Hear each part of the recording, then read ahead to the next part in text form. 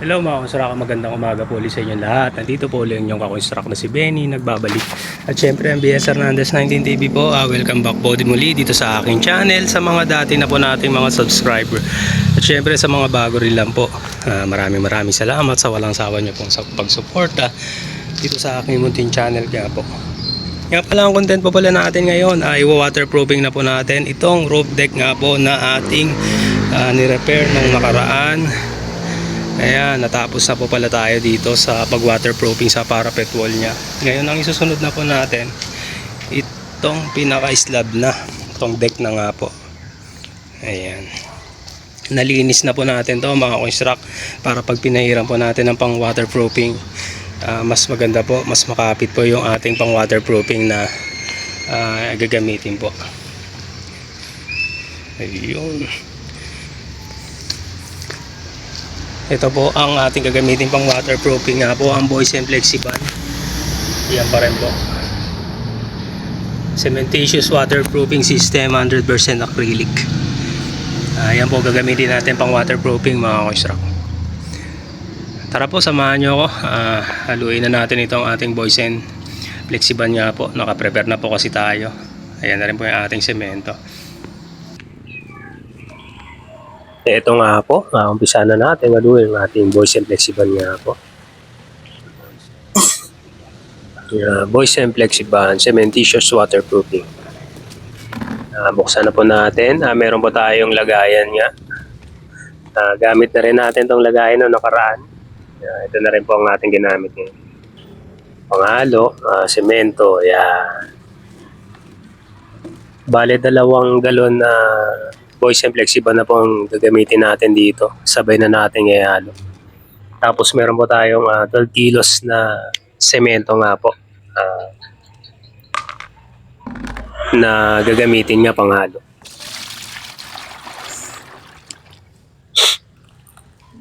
Ayan nga, naisali na natin yung unang galon.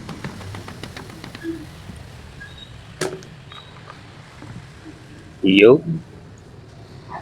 Yan, buksan naman po natin uli yung pangalawang galon niya. Yan, ingat-ingat lang po tayo mga construct.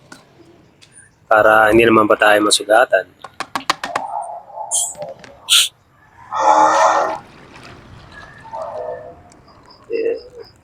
Semento lang po mga construct ang ihalo po natin dito. Hindi na po natin kailangan haluan ng tubig. Yan nga po, Portland cement. Unti-unti lang po natin ilagay para hindi naman po mamuo maigi yung mixture po ng semento saka yung Flexi-Bond. Para hindi rin po tayo mahirapan maghalo. Unti-unti lang po natin ilagay yung semento. Tapos haluin, lagay ulit.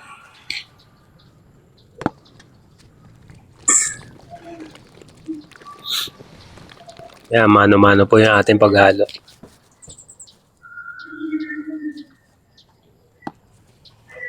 Yun. 2 galon. Itong ating pin-repair nga po. Para isang haluan na lang po tayo.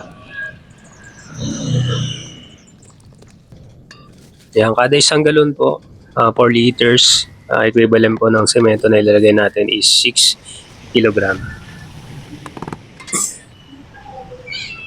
Yan, nakaprepare na po yung semento natin dito. 12 kg so para po dito sa 2 galon ng Boysen Flexi-Bond nga. Haluin lang po natin ng maayos. Tapos mga construct, ang gagawin pala natin dito, sasalain natin para mas okay po. Mas pinong-pino yung ating solution nga po, yung hinalo. Ayan, ginamit ko poly yung galon na pinaglagyan nga po ng Boysen Flexi-Bond. Sinalin po natin dito kasi sasalain nga po natin. Kaya may pansala po natin. Yan, kung nakita nyo mga construct yung mga bubo na semento. Hindi po natin ito itatapon. Haluin po ulit natin yan. Yan, lalagay lang po natin sa isang lagayan.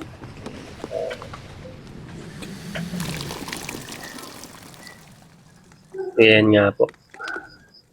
Yan, hindi talaga maiwasan mga construct, meron talagang bubo. Kaya sinasala po natin para pag pinahid po natin, mas maganda, pino. Walang mga bubong semento po.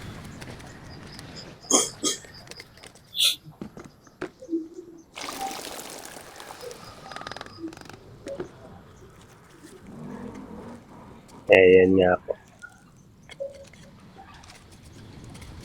Ayan. Ayos. Diyan lang kayo dyan mga kusrak sa panonood. Maraming salamat sa walang sawa niyong pagsuporta po. Ayan nga po kung nakita nyo. Hinalo po ulit natin yung natirang mga bubong semento. Tapos ilalagay po ulit natin. Kasi sayang naman po. At syempre para ganun pa rin po yung sukat ng semento. Hindi po mawawala sa tamang mixture po.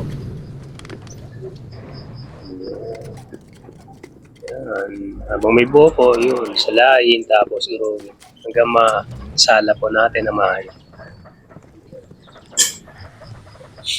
Yeah, dito po mga kusrak yan, nasala na natin na maayos. Ako nakikita nyo nga po, maganda na yung mixture ng semento at yung boys and flexible niya. Tapos, babawasan lang po natin para hindi naman po mabigat yung ating buhat-buhat pag magpahid natin. Binalik lang po natin ulit doon sa galon na tinanggalingan niya po ng flexible. Gumamit lang po tayo ng roller sa pang pahid niya po. Paint roller, paint brush. Dito po ginamit ko yung malaki paint roller niya po. May handle na lang.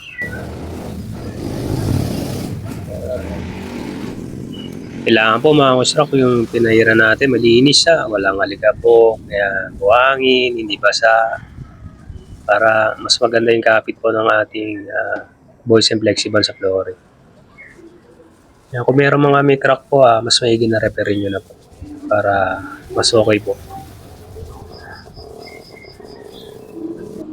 Yun. Ayos.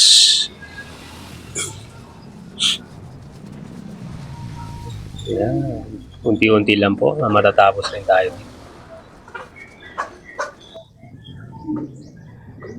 Yan nga po. Tapos, pag natuyo nga po, itong unang coating natin, mas maganda po 2 to 3 coats or kung kaya po ng ating budget, mas okay po mga 4 coats para mas makapal po yung ating pinahid na pang waterproofing.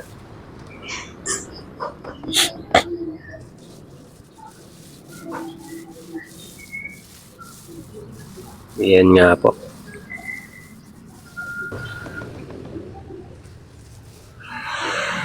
Yun. Medyo patapos na po tayo dito. Ang sukat po pala mga kusrak nitong ating pinahiran ng pang waterproofing nga po. Nasa 20 to 25 square meter po. So paano mga kusrak? Update ko na lang kayo dito sa project po natin na waterproofing nga po ng roof po. Maraming salamat at huwag niyo po kalimutan mag-like, share, subscribe po at click niyo po yung notification bell para update kayo sa mga next na video vlog ko pa pong mga gagawin. Muli po, bye-bye. Thank you. God bless po.